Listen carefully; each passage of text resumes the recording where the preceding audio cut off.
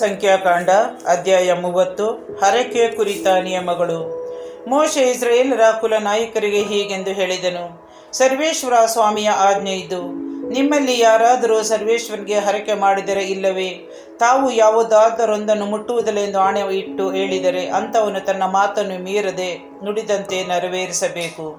ಕನ್ಯೆಯೊಬ್ಬಳು ತನ್ನ ತಂದೆಯ ಮನೆಯಲ್ಲಿದ್ದು ಸರ್ವೇಶ್ವರನಿಗೆ ಹರಕೆಯನ್ನು ಮಾಡಿದಾಗ, ಇಲ್ಲವೇ ಯಾವುದಾದರೊಂದನ್ನು ಮುಟ್ಟುವುದಿಲ್ಲವೆಂದು ಪ್ರತಿಜ್ಞೆ ಮಾಡಿದಾಗ, ಅವಳ ತಂದೆ ಆ ಸಂಗತಿಯನ್ನು ತಿಳಿದು ಸುಮ್ಮನಿದ್ದರೆ ಅವಳ ಹರಕೆಯನ್ನು ನೆರವೇರಿಸಲೇಬೇಕು.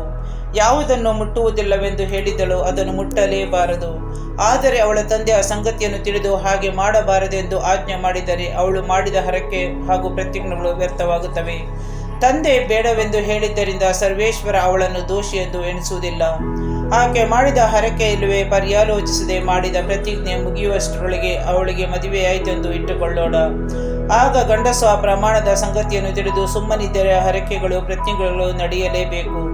ಆದರೆ ಗಂಡನ್ನು ಕೇಳಿದಾಗಲೇ ಬೇಡವೆಂದು ಆಜ್ಞೆ ಮಾಡಿದರೆ ಆ ಹರಕೆ ಇಲ್ಲವೇ ಆ ವಿಚಾರ ಪ್ರತಿಜ್ಞೆ ನಿರರ್ಥಕವಾಗುತ್ತದೆ. ಸರ್ವೇಶ್ವರ ಅವಳನ್ನು ದೋಷಿ ಎಂದು ಎಣಿಸುವುದಿಲ್ಲ.